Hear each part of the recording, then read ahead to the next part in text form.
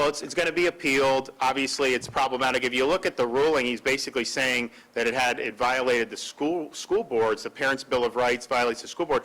But in reality, the school boards weren't even parties to the case. So I think we're going to have really good grounds to appeal in terms of the First District Court of Appeal. And look, at the end of the day, what the Parents' Bill of Rights requires, in our judgment, is that parents be given the right to opt out if they think that's in the best interest of their kids. So districts can actually have policies, but you got to afford parent the right. They've basically taken away the right of parent and say you don't have any say in it. I thought about this and then thought about, what if the reverse happened? What if a district banned anyone from wearing masks?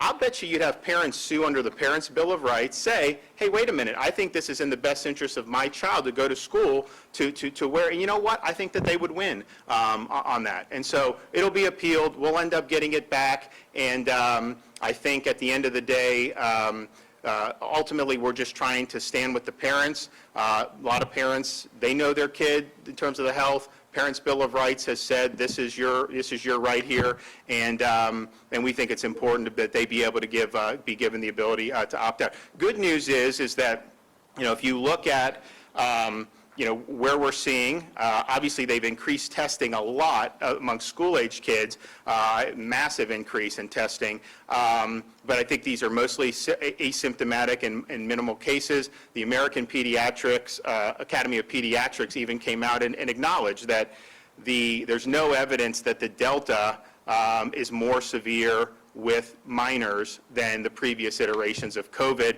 CDC actually in their briefing last week said, you know, the COVID positive patients who are under 18 in hospitals is no different in terms of the proportion than it's been throughout the entire pandemic. And in Florida, it's been about 1.1, 1.2%. And a lot of those are hospitalized for things other than COVID. They're positive, but they're being treated for other things. And so, you know, it is a low risk. It remains a low risk for students, which is obviously a very good thing. And clearly, you know, we just want parents to be able to have their kids be in the best situation to learn and to grow and to do all the things that we need our kids to do. You know, there was a really disturbing study that came out about, and I think it was focused on areas that had the kids locked out of school last year, which had a massive increase in childhood obesity as a result of some of these lockdowns. And you think about it, the COVID's been roughly a flu level risk or even less than that for kids, but you see a big increase in that, that's going to have huge ramifications for people's health going forward. And so, you know, we just want kids to be able to learn in the best environment, and obviously we want to make sure parents have a say in that.